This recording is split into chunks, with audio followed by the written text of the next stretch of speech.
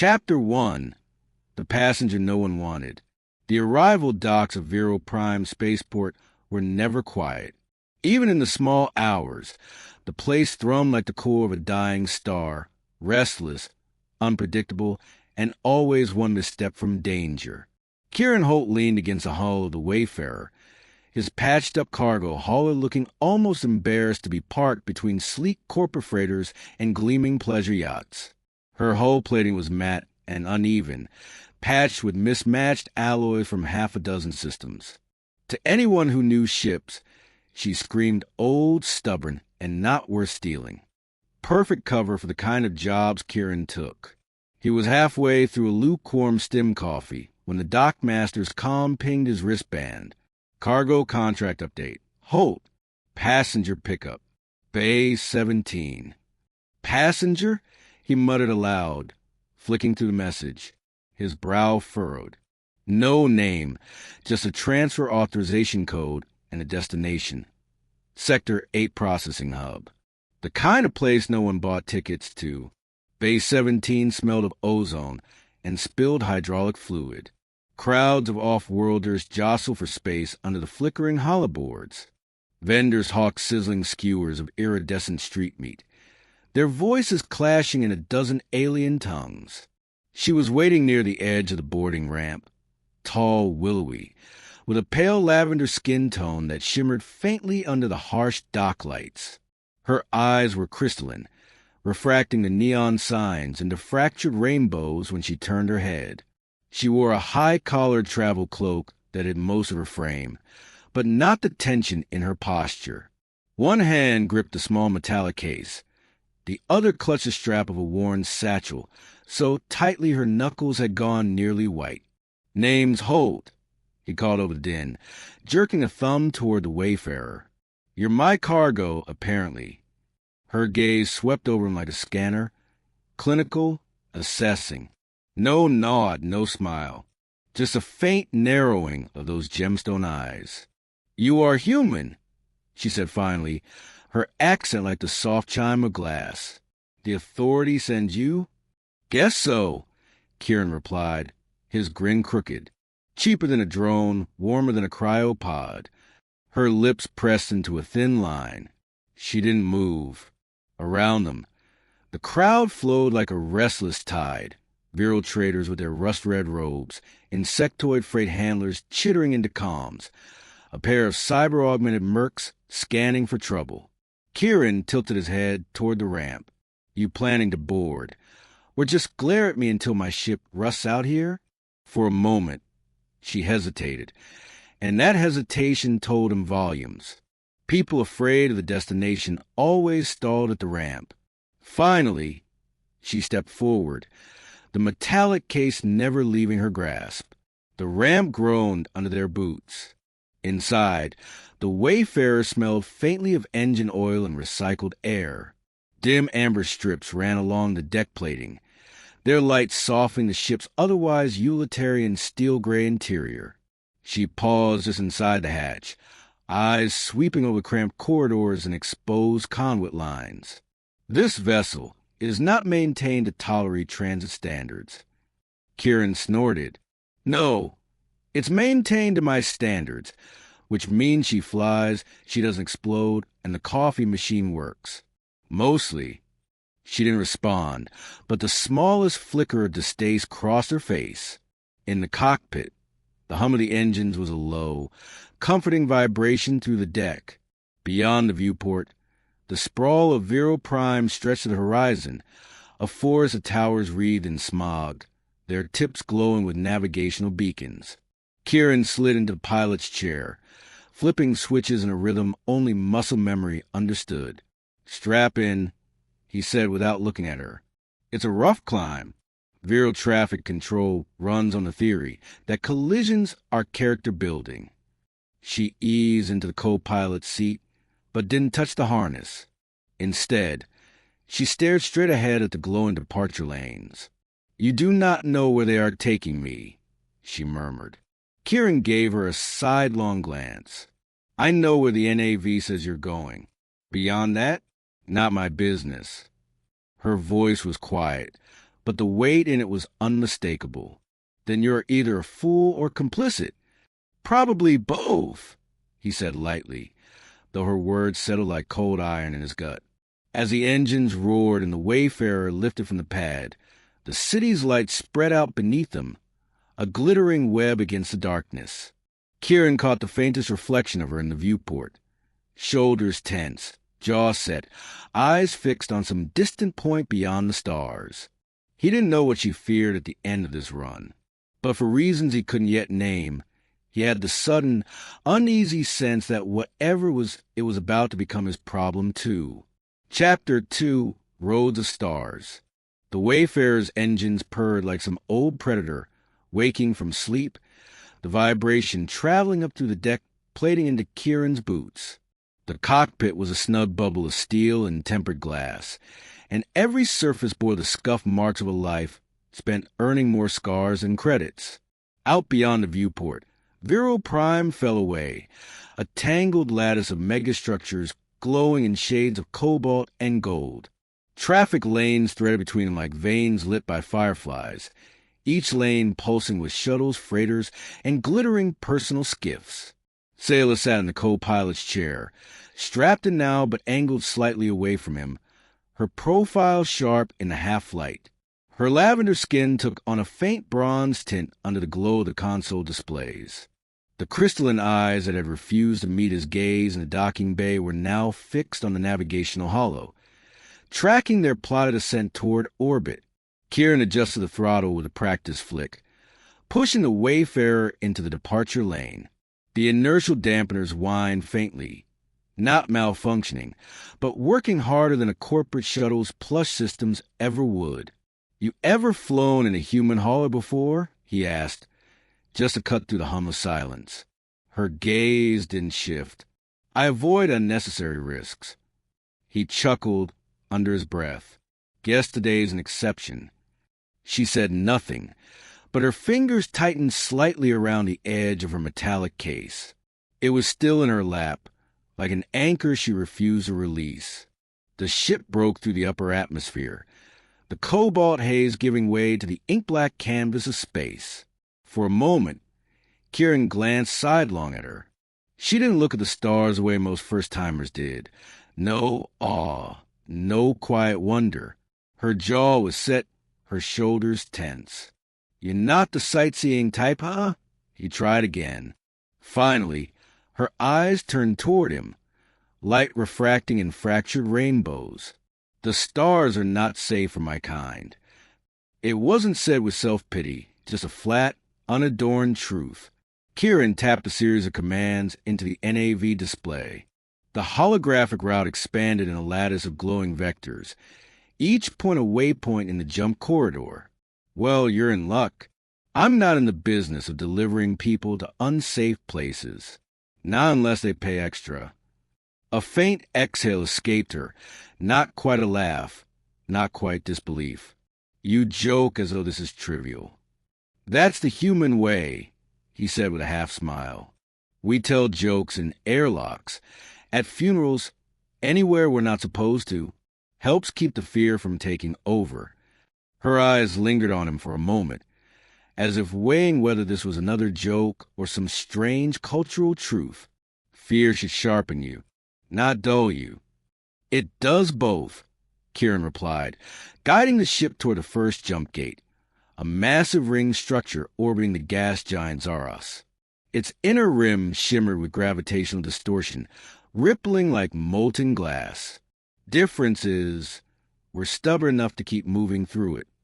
The comm crackled, a burst of static before traffic control's clipped voice came through. "Wayfarer, you are cleared for corridor entry. Maintain vector heading 151.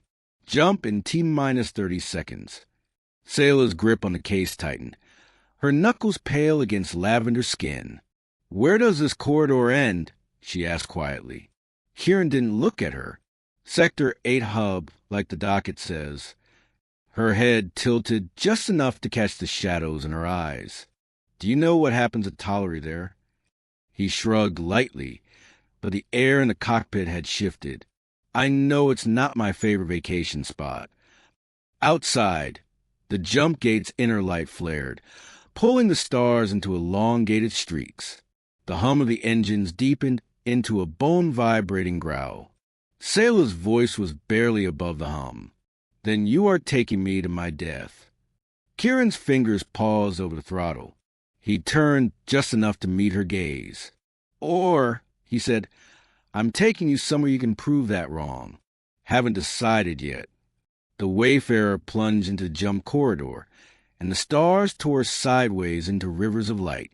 Inside, the cockpit's glow painted them both in gold and silver, two figures hurtling together into a road of stars neither could see the end of.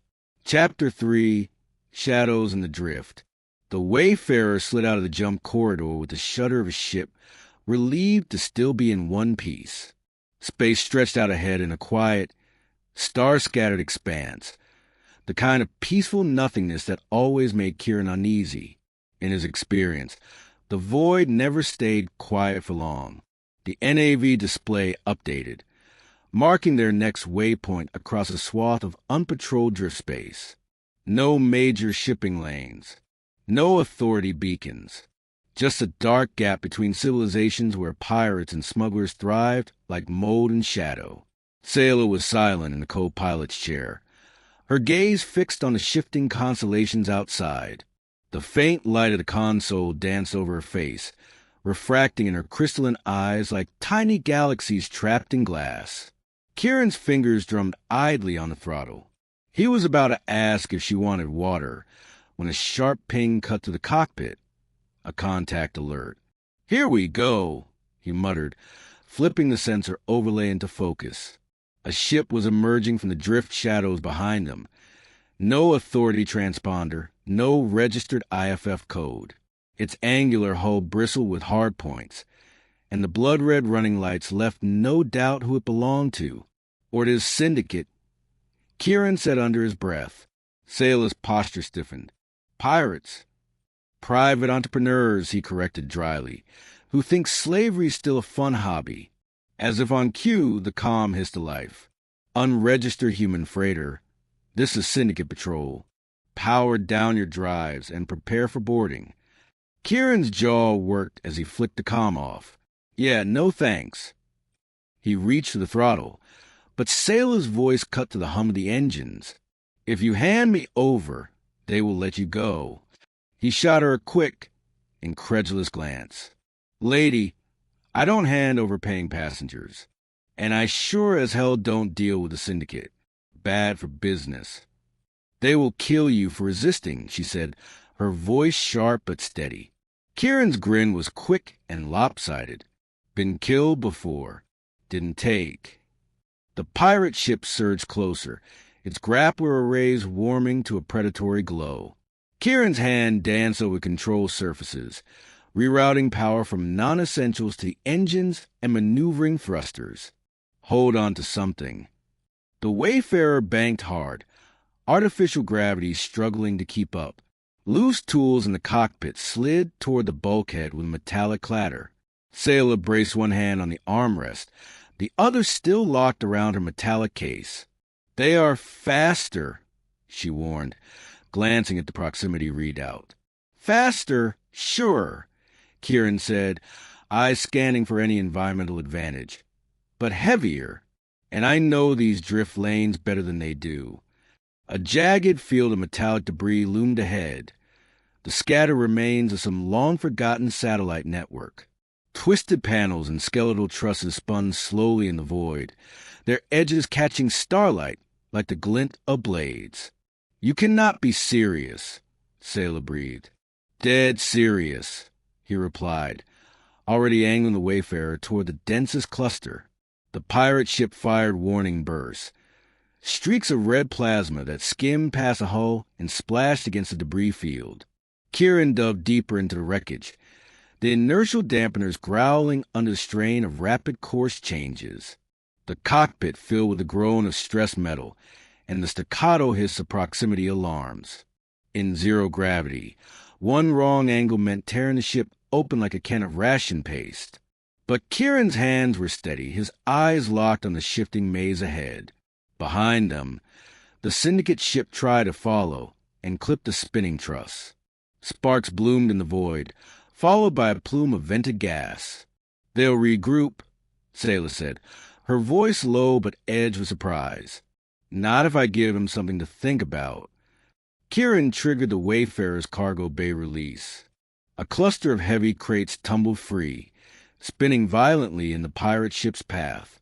One crate, a cracked industrial reactor casing, clipped their bow, sending them into a slow spin. Sayla stared at him, caught between disbelief and something that looked a lot like grudging admiration. "You risked your ship for me."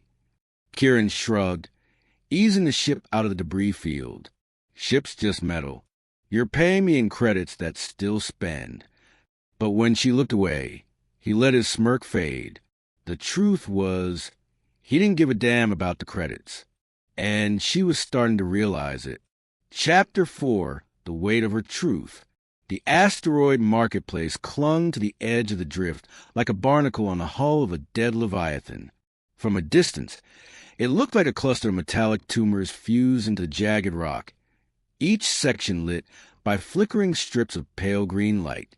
Kieran eased the Wayfarer into a docking arm that groaned and clanked against the hull, sealing them inside a pressure lock that had definitely seen better decades. The air on the other side was a strange cocktail: hot ozone, fried food oil, and the acrid bite of coolant. The constant hum of generators thrummed through the floor plates, a reminder that here, life depended on machinery that might fail at any moment. They stepped into main concourse, a low-ceiling bazaar strung with tangled power cables and banners from half a dozen outlaw clans. Traders hawked black market engine cores, scavenged weapons, and alien delicacies that pulsed faintly in sealed jars. Sayla kept close behind Kieran, her travel cloak drawn tight, her case still clutched in both hands. They passed a stall selling mech prosthetics, a hulking vendor with 4 cybernetic arms barking in a voice like grinding gears. The way he eyed Sayla made Kieran slow his pace, his shoulders shifting just enough to block her from view. She didn't thank him, but she didn't move away either. In a narrow side corridor, Kieran ducked into a dimly lit repair bay, where the smell of engine lubricant was sharp enough to sting the nose. A single workbench, a battered tool chest, and a half-functional hollow projector filled the cramped space. He shut the door behind them, the latch clicking into place. "All right," he said, turning to face her. "You've been gripping that case since the docks on Viral. Time to tell me what I'm risking my neck for."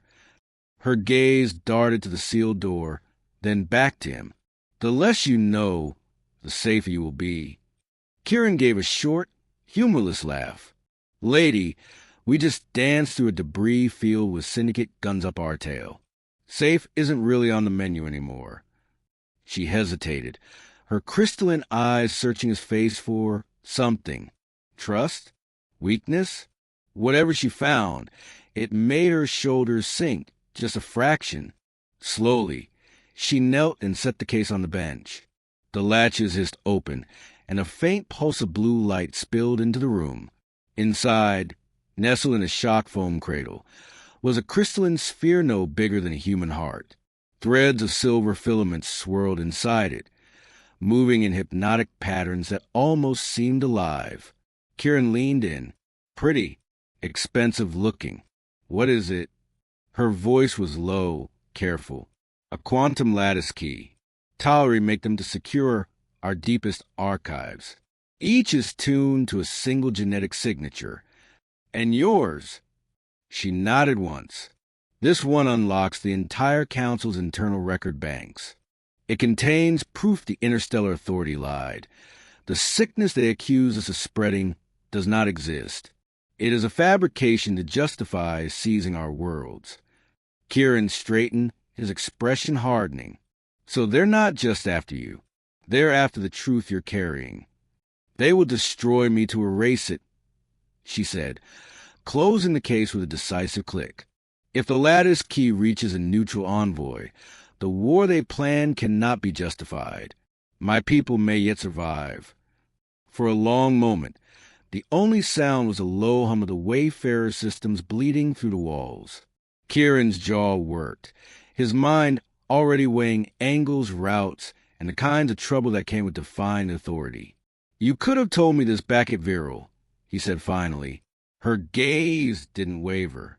"Would it have changed your choice?" He thought about it, about the easier option of dropping her at the Sector 8 hub, walking away with his ship intact and his conscience slightly bruised, and about the way she stood in his cockpit, quiet but unflinching, even when she thought she was heading toward her own execution. "No," he said, "but I'd have charged you more." For the first time, the faintest ghost of a smile tugged at her lips. "Humans," she murmured, shaking her head as if it was a word that explained everything and nothing all at once. Outside, the muffled sound of shouting drifted down the corridor, a warning that their small bubble of privacy was about to pop. Kieran's hand went to the blaster at his hip. "Looks like our shopping trip's over." Chapter 5. The Betrayal at Altaris Gate. Altaris Gate Station hung in the void like a jewel crown, its 7 concentric rings spinning in perfect counterbalance around a blazing fusion core. From a distance, the station shimmered with orderly light, a beacon of civilization. Up close, it was a maze of docking arms, freight elevators, and marketeers crammed with every species in the sector. The Wayfarer eased into docking ring 3, its battered hull looking like a vagrant in a ballroom. Kieran powered down the engines and glanced over at Sayla. She'd drawn her cloak tighter, crystalline eyes shadowed under the hood. "This envoy of yours," Kieran said, flipping switches. "You trust them?" "As much as anyone who still has a pulse," she replied. He arched a brow. "That's not exactly a ringing endorsement." The docking clamps bit down, and the hatch hissed open to a wash of warm, recycled air that smelled faintly of citrus cleaning agent, a veneer over the underlying sense of too many bodies crammed into too little space. They moved quickly through the docking ring, their boots ringing against polished composite flooring. Around them, merchants shouted over the hum of lev lifts. A pair of authority peacekeepers scanned a crowd with helmet-mounted optics, and somewhere above, a recorded announcement about customs protocols repeated in 6 languages. Kieran's contact, a wiry man named Kalos, was waiting at the edge of the merchantier. His face split into a grin when he spotted Kieran. "You old spacer," he said, clasping forearms. "Didn't think I'd see you again after that little incident on Taverick 4. "That was barely an incident," Kieran said. "Now, you still running messages for the Neutral Council?" Kalos's eyes flicked to Sayla, then to metallic case in her hands. "Yeah, and I'm guessing that's not a lunchbox." They followed him through a series of service corridors, the crowds thinning, the lighting dimming to an industrial blue. The hum of the main station gave way to the softer buzz of private docking bays. Something in Sayla's posture changed. She slowed, her gaze narrowing. "This route," she murmured. Kieran glanced back. "Problem?" Her lips pressed into a thin line. "This is not the way to the council envoy offices." Before Kieran could ask, the hairs on his neck prickled, an instinct honed over years in ports like this.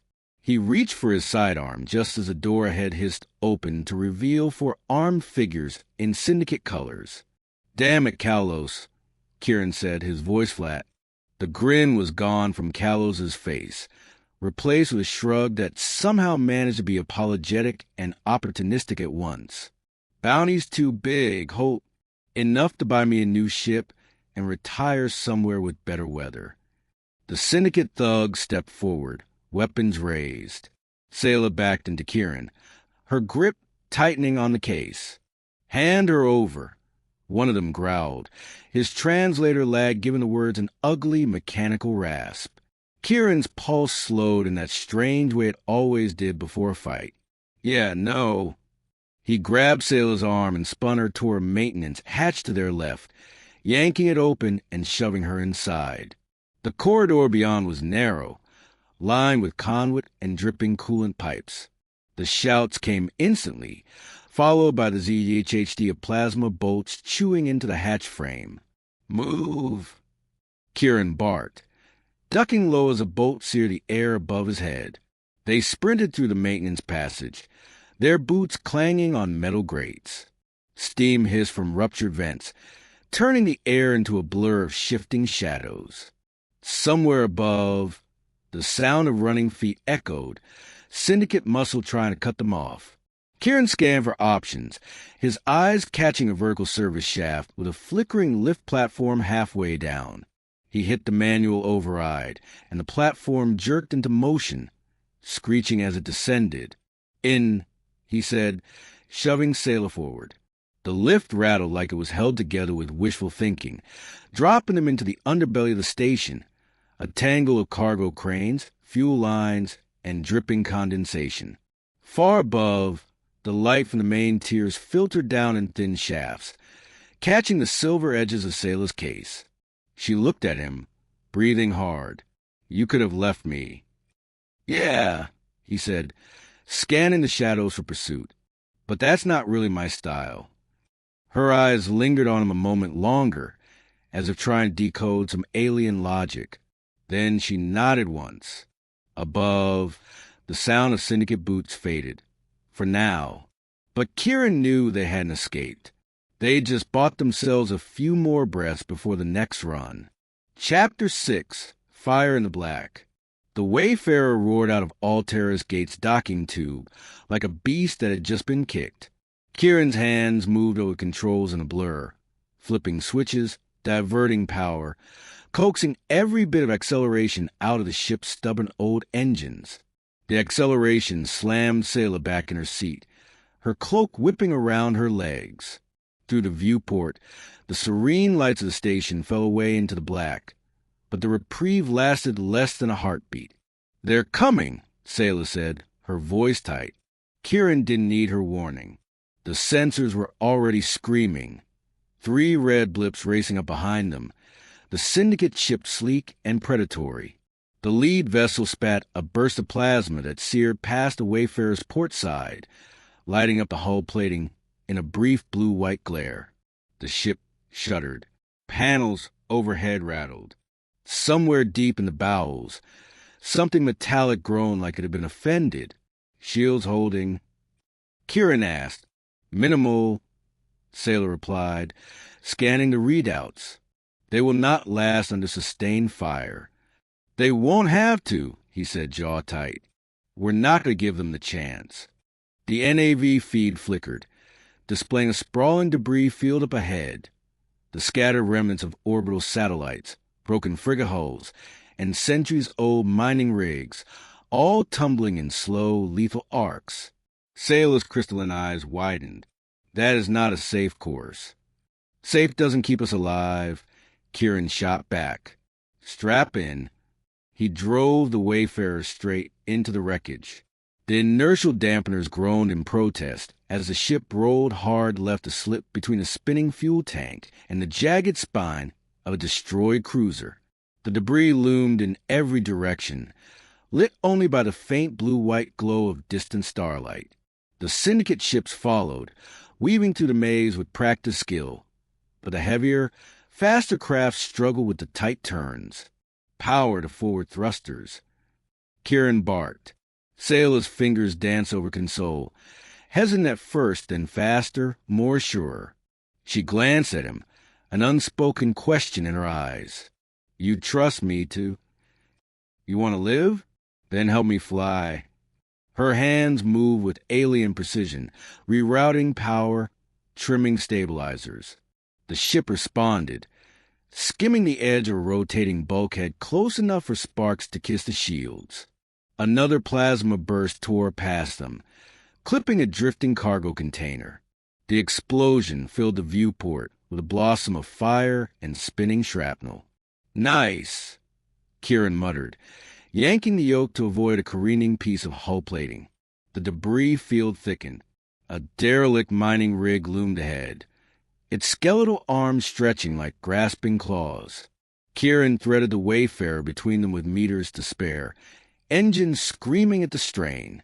Behind them, one of the Syndicate ships miscalculated. Its starboard wing sheared clean off against a massive chunk of rock, sending the vessel spinning out of control into the darkness. "One down," Kieran said. The remaining 2 ships pressed harder, their weapons fire turning the wreckage into a storm of glowing fragments. "They will catch us," Sailor warned, scanning the dwindling gap ahead. "There is no clear exit vector." "Then we make one." He thumbed the control on his console, dumping cargo. The Wayfarer's bay doors yawned open, and the last of their freight, heavy reactor casings scavenged from Altaris' underbelly, spilled into the path behind them. In the low gravity of the debris field, the casings drifted lazily until the Syndicate ships plowed straight into them. The first ship's shields flared under the impact, absorbing the blow. The second wasn't so lucky. The casing ripped through its forward plating, vending fire and frozen atmosphere in a glittering cloud. The lead vessel hesitated just long enough for Kieran to see their opening. He slammed the throttle forward. The Wayfarer punched through the last layer of debris into open space. The black stretched before them, clear and silent, except for fading sensor blips of their pursuers. For a moment, neither of them spoke. The hum of the engines was the only sound. Finally, Sailor turned to him. "You risked your ship and your life." He shrugged, eyes on the dark ahead. "That's what we do." She studied him for a long moment, as if trying to understand a language she'd only just started to learn. Chapter 7, The Last Gambit. The dead moon hung in the void like a ghost, its surface scarred by centuries of meteor strikes, its rings a pale halo of shattered rock and frozen dust. Buried deep within those rings, hidden from most star charts, was their destination, a Altaris outpost abandoned decades ago after the Authority deemed it strategically unnecessary. Kieran eased the Wayfarer into the rings, the hull vibrating with the constant patter of micro-impacts against the shields. The light from the nearby red dwarf painted the cockpit in deep crimson, shadows pooling under their eyes. Sailor leaned forward, gaze fixed on the hollowed-out asteroid that housed the outpost. "It still has power," she murmured. "Barely," Kieran said, watching faint blue pinpricks flicker across its surface. The last gasp of its ancient energy grid. Good enough for what we need. The docking bay was a yawning chasm, its outer doors hanging crooked. Inside, the gravity plating flickered on and off, giving their first few steps onto the deck a strange, half-floating quality. Dust drifted in lazy spirals in the stale, recycled air. The outpost was a skeleton of what it once was. Corridors lined with dead consoles, walls scarred by long-ago firefights, the faint scent of burnt ozone lingering like a ghost. Sailor led the way, her steps sure despite the decay.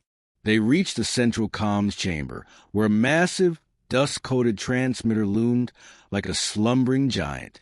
Kieran ran a hand over the controls, feeling the hum of barely functional systems beneath his fingertips. She'll hold for a burst transmission. After that, she's liable to fry herself. "That is all we need," Sailor said. She set the metallic case on the console and unlocked it with a soft hiss. The lattice key emerged in a shimmer of blue light, the filaments within swirling like captured lightning. "Once I connect this," she said, her voice steady, "the data will broadcast across every open deep space channel. The Authority will not be able to contain it." Kieran glanced at the bay entrance, "which means they'll know exactly where to find us." She looked at him then, really looked, as if searching for some crack in his resolve. "You do not have to stay." "Yeah," he said, plugging a WARN cable into the transmitter. "I really do." The moment the lattice key slotted into place, the room filled with a soft, resonant hum. Holographic glyphs spiraled into the air, Altaris script and Authority records side by side, the truth unraveling in glowing streams of light. Falsified medical reports, forged quarantine orders, hidden mineral surveys of Altaris worlds. proof of a manufactured crisis. The transmission began. That was when the klaxons wailed. Kieran's hand went to his blaster as the outpost's ancient sensors lit up with a fresh contact. Multiple ships dropping out of FTL, their signatures unmistakably authority. "Time's up," he muttered. Sayla didn't stop working, her fingers flying across the alien interface. Another 30 seconds.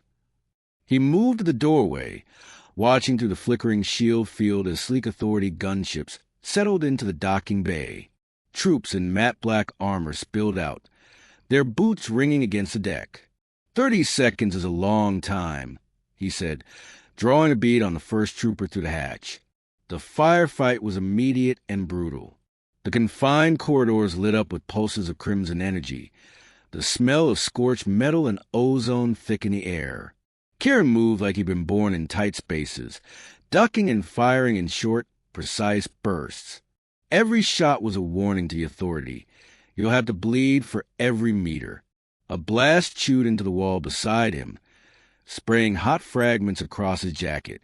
He hissed, rolled to the next cover, and shouted back to Sayla, "We're out of time." 10 seconds, she called, voice firm even over the whine of incoming fire.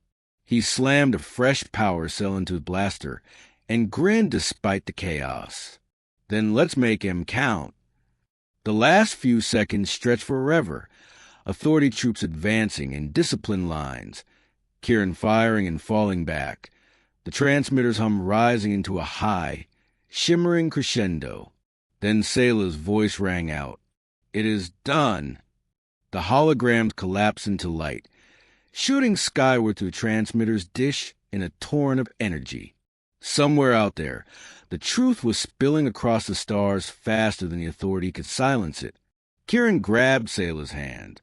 "Time to go." They ran together through the collapsing outpost, the walls shaking as the authority ships opened fire on the structure itself. By the time they reached the Wayfarer, half the docking bay was a storm of smoke and debris.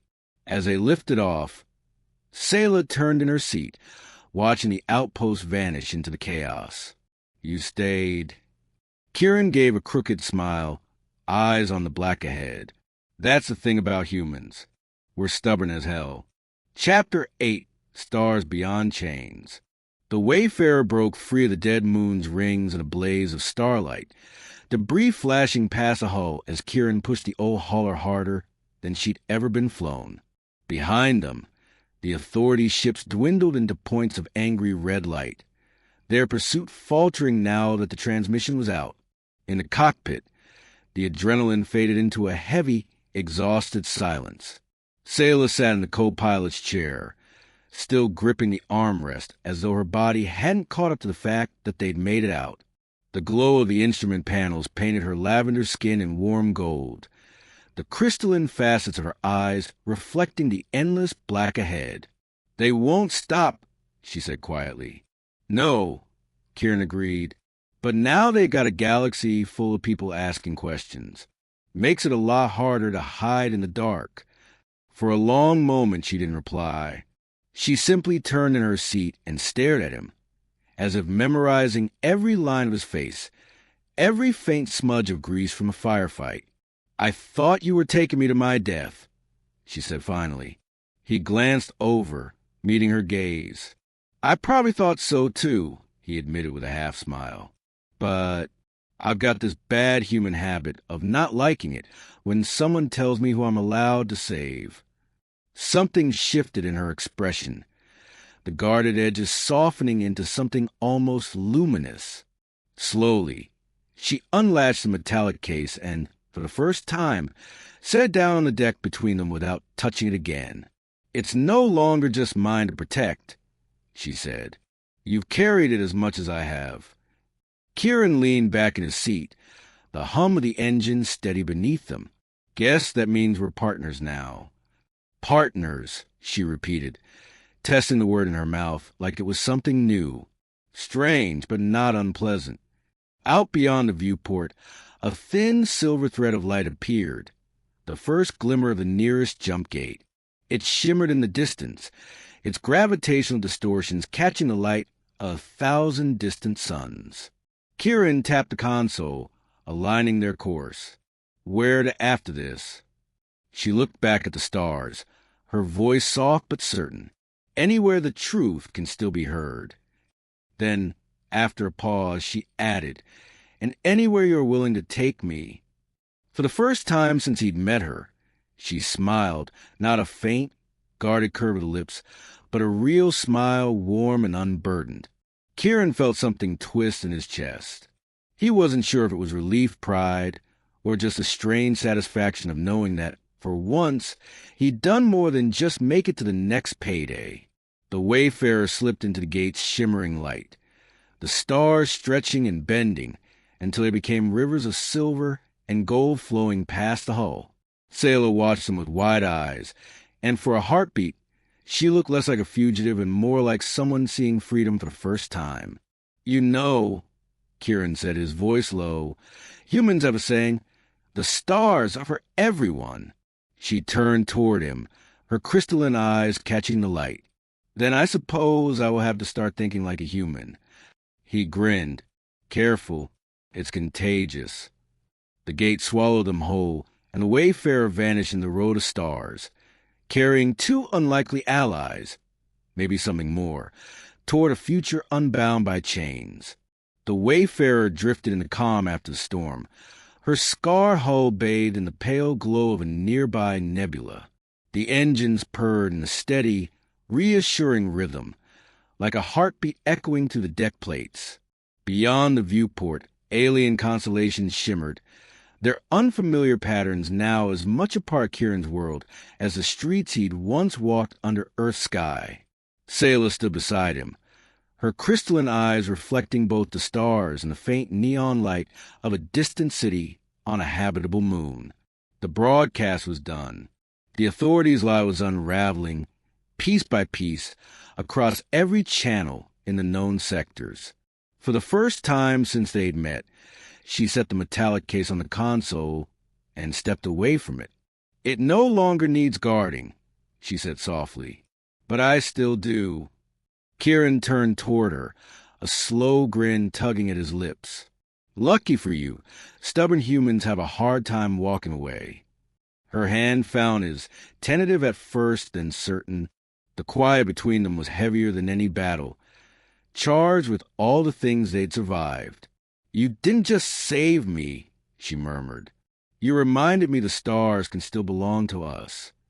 He squeezed her hand, eyes on the endless black ahead. Then let's go find the ones worth keeping. The wayfarer angled toward the open void, thrusters flaring, and in the shimmer of starlight, they left behind the chains of their past, together,